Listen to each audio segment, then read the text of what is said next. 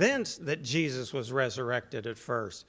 Remember when John and Peter ran to the tomb, and they didn't really understand exactly what they saw, the empty tomb, and they were a little bit confused. They didn't quickly believe the word of the women. They didn't believe Peter at first, some of the other disciples. Remember, Thomas wouldn't even take the word of the other disciples. He says, I think you're wrong. And he said, I'm not going to believe it till I can put my finger in the nail holes and my hand in his side. And so they seemed convinced that Jesus was gone and that all hope was gone.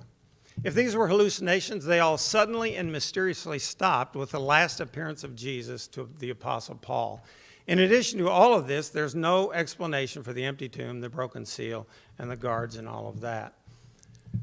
The other main problem with all these is that even though they all admit that the body of Jesus really was in the tomb, nobody ever produced the body. It was gone.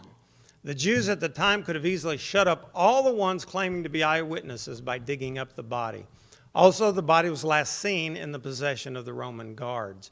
And so an easy way to just quiet all these claims and people was just to go to the tomb and show the body.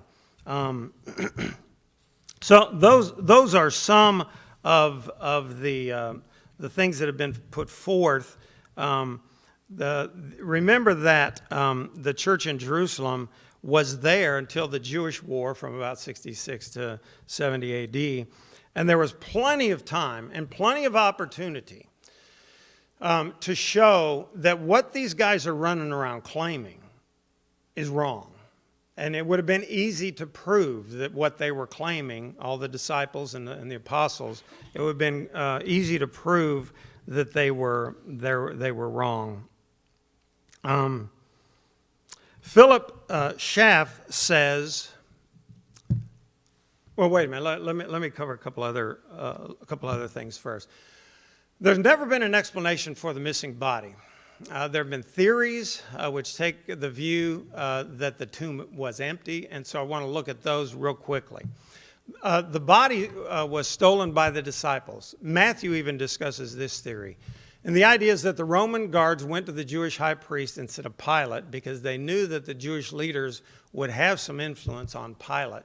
This also shows clearly that these were not the Jewish temple guards who were guarding the tomb, because the high priest would not have had to bribe his own men. If you follow that, the high priest would not have had to bribe some Jews to tell this story. The guards were Roman, and they were the ones who were telling the truth. The most obvious problem is if the guards had fallen asleep, they could not have known the disciples took the body. If the story was, well, we fell asleep and the disciples took the body, how do you know that if you were asleep? A witness who testifies to that kind of thing in court would be laughed at. It's ridiculous and contradictory. Besides, the disciples were, again, already afraid. They weren't ready or trained to fight Roman soldiers. The Roman soldiers were really fighting machines. Also, even if they were asleep, they must have been deaf, because the disciples would have had to move this stone, which weighed however much it weighed. And you would ostensibly think that would make some noise.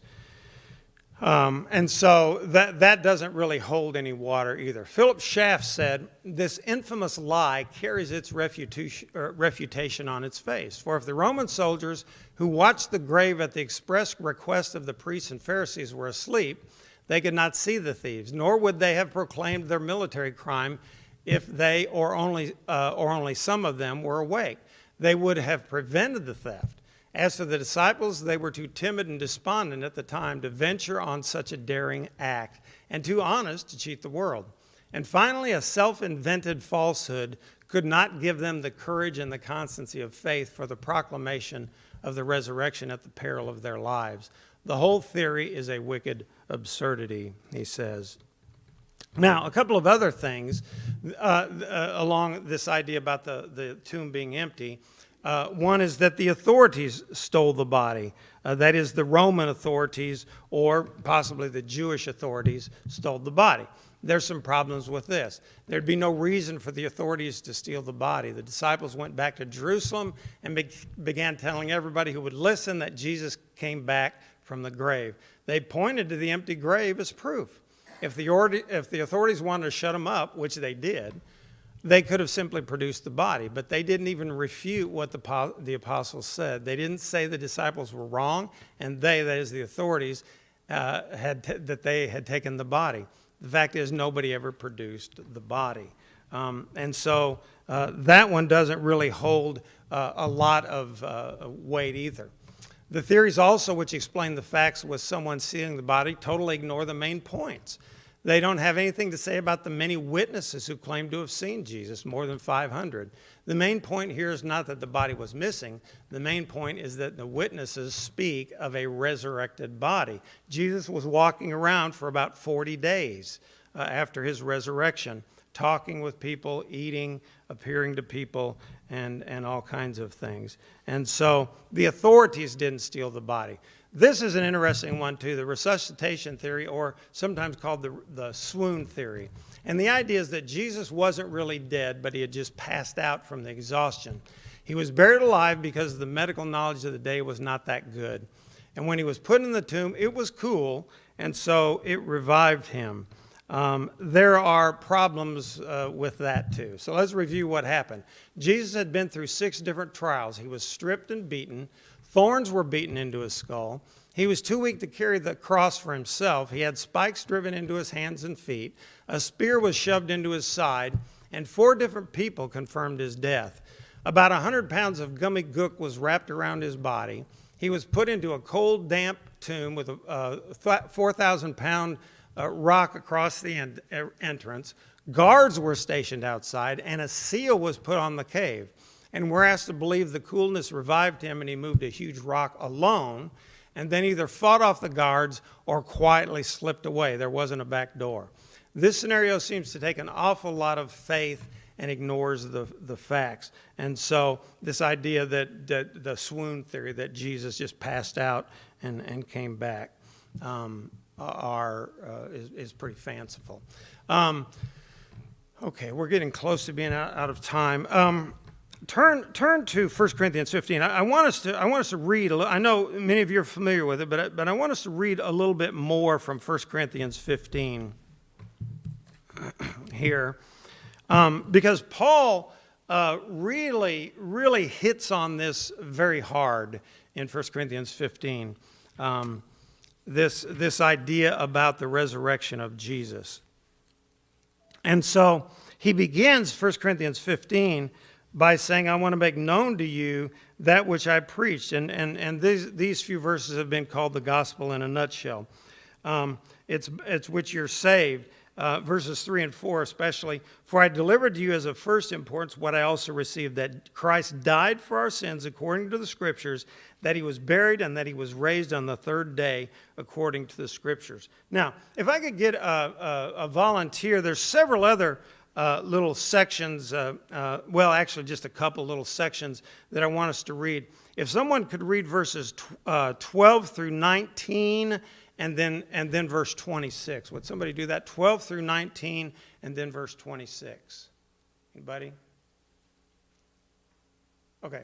Thank you, Corey.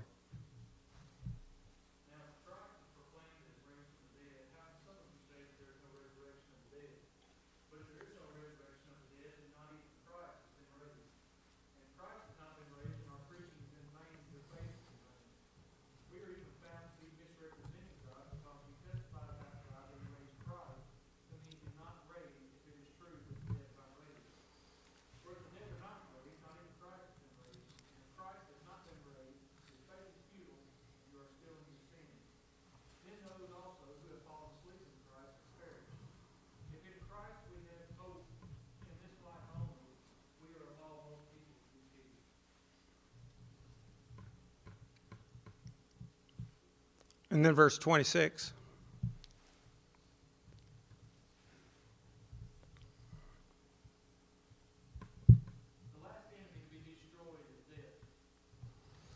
Okay, so Paul says the last enemy destroyed there is death, and there's that scene in Revelation where death is thrown into the lake of fire, meaning that it's not going to be anything we have to deal with anymore. Could I get another volunteer to read 1 Corinthians 15, verses 50 through 58?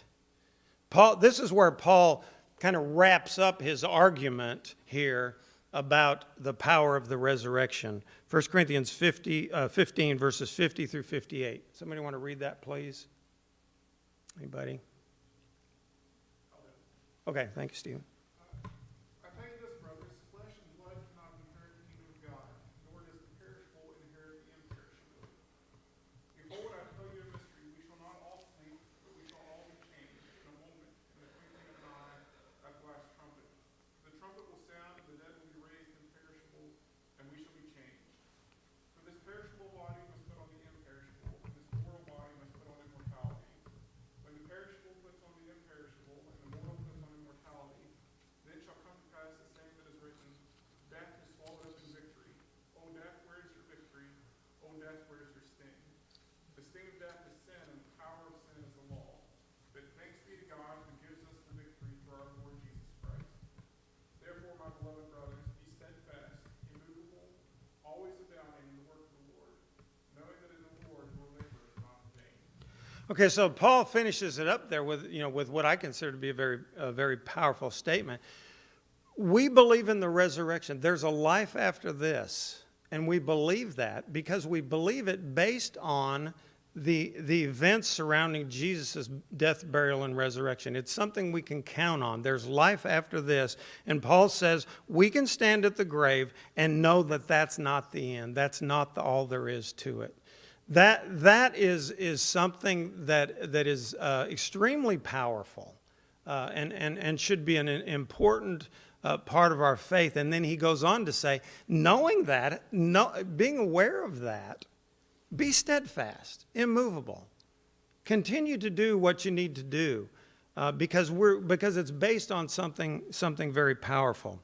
Let me.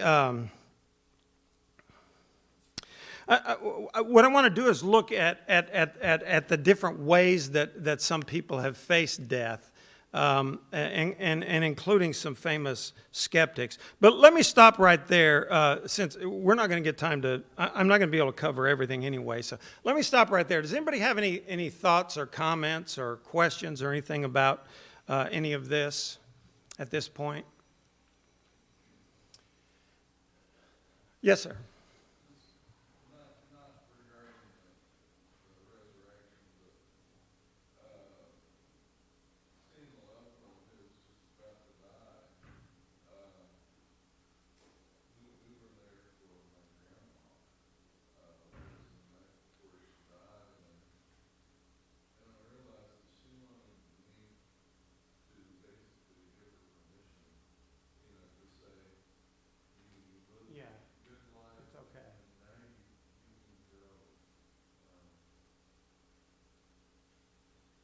And for the Christian, that's such a meaningful and powerful hope, isn't it?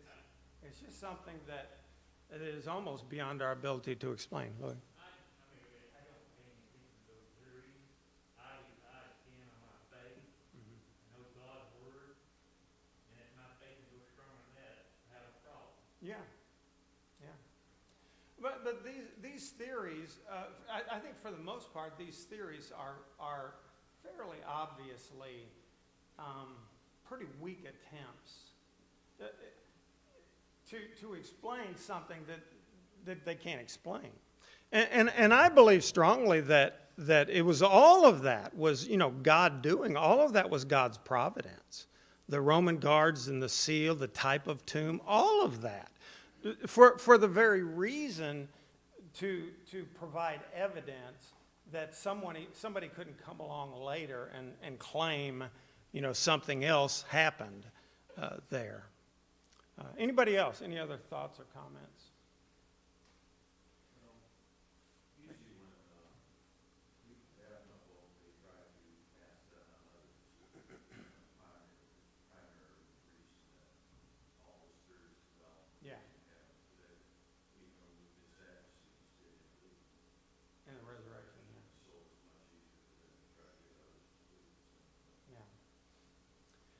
Well, I've got several other things I want to cover, but we'll cover those next week.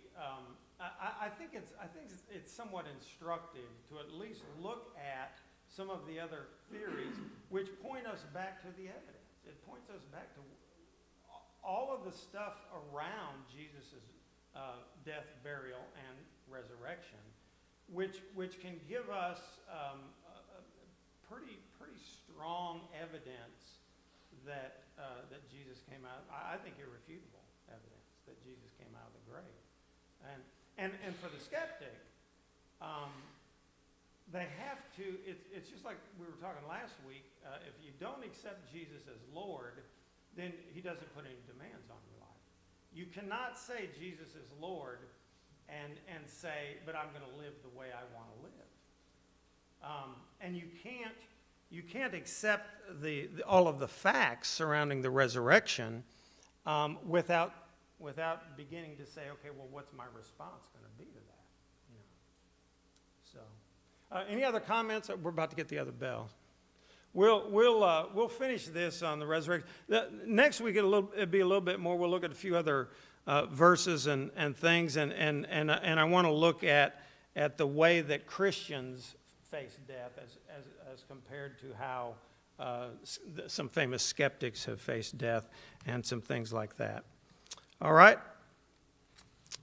No other comments? All right. Well, thank you for being here today. I hope everybody can come back tonight. We'll further study Stephen's lesson from this morning tonight, so I hope you can all be here.